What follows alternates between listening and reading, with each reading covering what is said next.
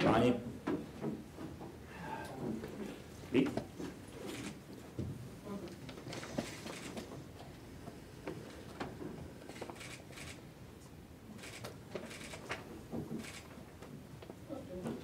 Dámy a páni, vitajte na dnešnej tlačovej konferencii, ktorej témou bude štart hlasovania v ankete Dobrovoľní hasiči roka. Na úvod vás bude informovať prvá štátna tajomníčka Ministerstva vnútra pani Lucia Kurilovská, prezident Hasičského a záchranného zboru pán Adrián Mivkovič a prezident Dobrovoľných hasičov pán Jozef Smolinský. Pani štátna tajomníčka, nech sa páči.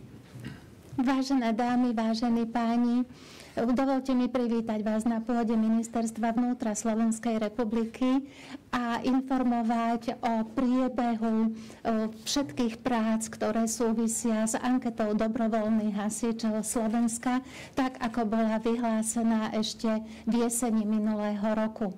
Odvtedy prebehli viaceré práce, s ktorými sa dnes môžeme pochváliť, akým spôsobom sa ďalej postupuje, čo všetko už sme pre samotnú anketu a samotný gala večer, ktorý sa bude konať 7. mája tohto roku, čo všetko sme urobili, čo všetko sme dosiahli, koľko zborov sa zapojilo do tejto ankety.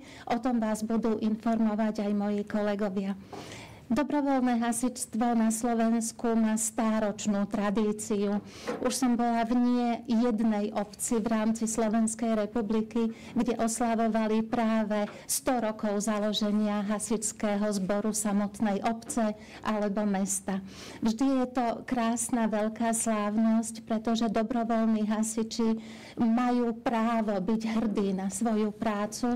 Častokrát sú dobrovoľní hasiči prví na mieste tej udalosti, zasahujú, pomáhajú, sú vždy v dosahu a pomáhajú nie len pri tom, čo všetko je potrebné uskutočniť na mieste samotnej udalosti, ale pomáhajú celej obci pri viacerých udalostiach, pri viacerých skutočnostiach, s ktorými obec bojuje.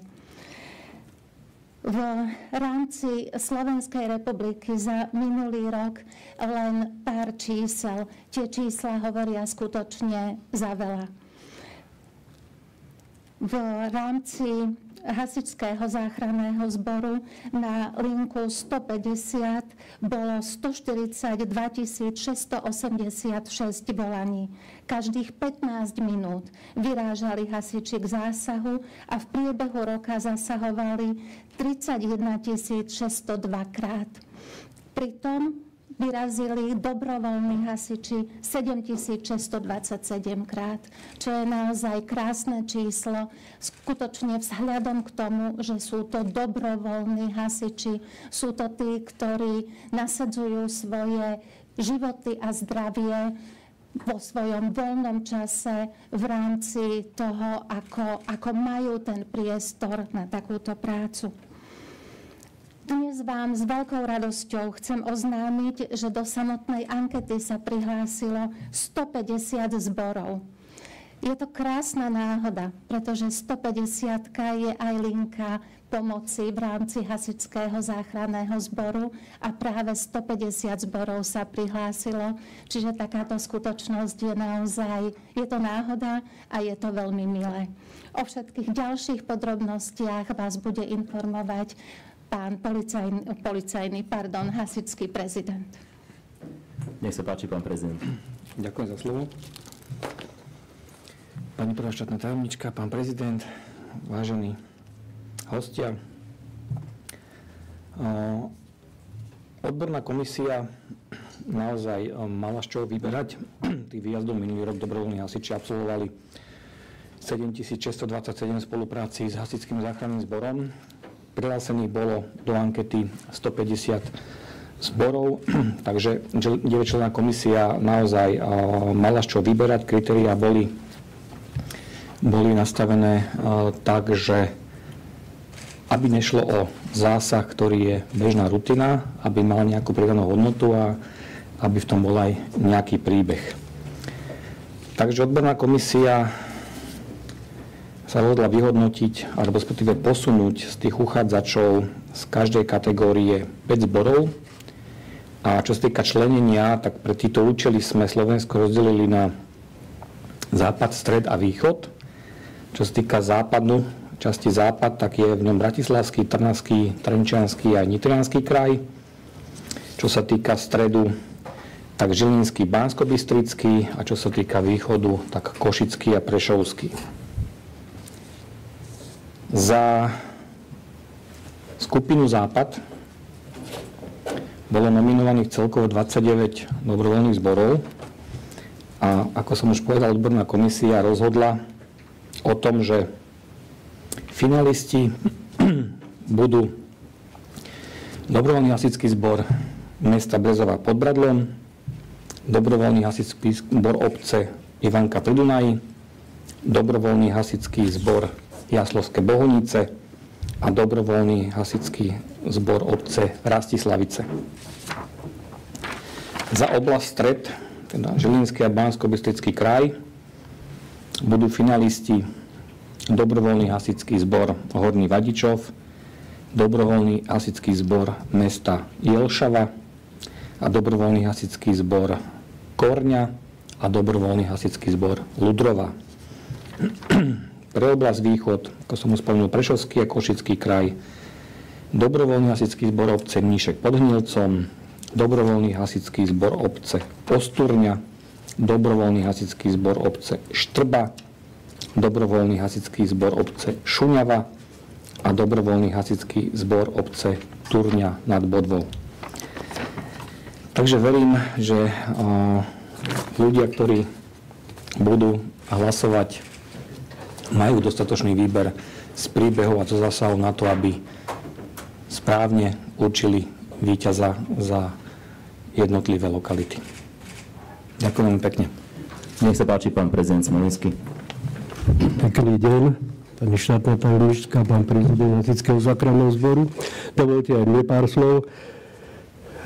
Mal by som ja vyhodnotiť kategóriu dobrovoľných hasičských zborov. Toto boli zásahové jednotky a do kategórie číslo 2 dobrovoľné hasičské zbory sa prihlásilo celkom 91 dobrovoľných hasičských zborov. Takisto boli rozdelení, ako bolo spomenuté, na ten západ, stred a východ, takže vás môžem informovať, ako komisia vybrala týchto nominantov. Takže prvý bol Bohdanovce nad Trnavou, západné Slovensko, druhý Čereňany, tretí sú Horné Dubové, štvrtý Ľubina, Miške, Dedinka a na 5. mieste dobrovoľný hasičský zbor Senica. Neberte to, že to je poradie, to je abecedné zloženie, pretože poradie ešte len príde. Prejdeme na stred Slovenska. Na strede sa umiestnili DHZ Brehy, na druhý boli Hliník nad Hronom, tretí boli Jelšava, na štvrtom poradí Sielnica a piatý Žarnovica. Takže to máme stred Slovenska a východ máme takéto poradie, dobrovoľný hasičský zbor Bystré, ďalej Cermina, ďalej je to Hubošovce, ďalej je to Lemešany a ďalej posledný dobrovoľný hasičský zbor Nálepkovo. Takže toto máme nominantov dobrovoľných hasičských zborov, takisto 15 spolu a vidíme v prehľade, že od 3. februára, čiže dnesným dňom, sa bude môcť hlasovať do 10. marca 2025 pomocou hlasového formulára, ktorý bude na stránke ADHR.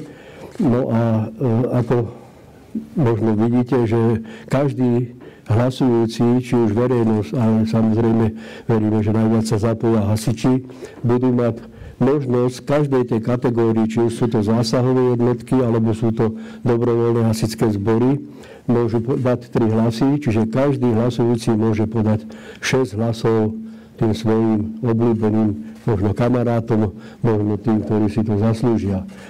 Tak bude sa hlasovať pomocou e-mailovej adresy, teda jedenkrát, každý bude to kontrolovanie, nemá možnosť sa zapojiť dvakrát z jednej e-mailovej adresy, čiže jedenkrát.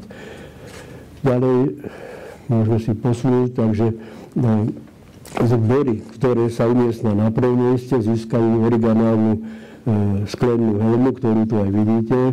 Na tom obrázku je to z dielne renomovanej sklárne. Dobrovoľné hasičské zbory na prvých troch miestach získajú finančné a vecné ceny od partnerov ankety v hodnote viac ako 70 000 eur, čo je veľmi slušné, pretože pôvodne sme mysleli, že to bude tak okolo 50, ale partneri boli trošku štedrí, tak nám pomohli s cenami, tak sme sa dostali až na sumu 70 000.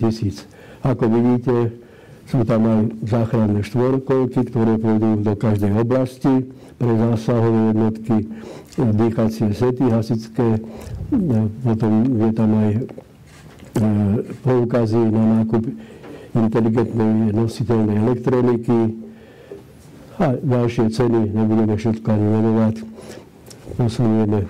No a výsledky budú oznámené na gala večere 7. mája na Bratislavskom hrade a to bude priamym prenosom, ktorý zabezpečí STVR. Toľko možno k ankete a ja poprosím pani štátnu tajomničku. Vážené dámy, vážení páni, v tomto momente štartuje samotná anketa a hlasovanie v rámci ankety, ktoré sa ukončí 10. mája. Čiže považujeme hlasovanie za práve začaté. Ďakujem pekne, teraz je tu priestor na vaše otázky. Ak nie sú, tak ďakujeme za vašu účasť a prajeme pekný deň. Dovidenia. Ďakujem.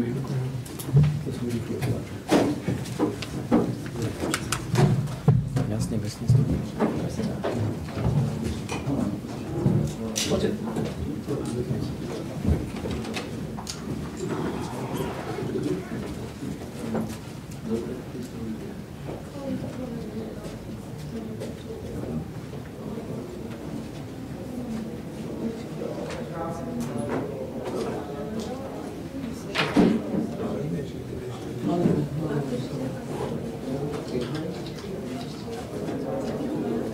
Hej. Dobre, však sa povedal všetko, čo sa malo.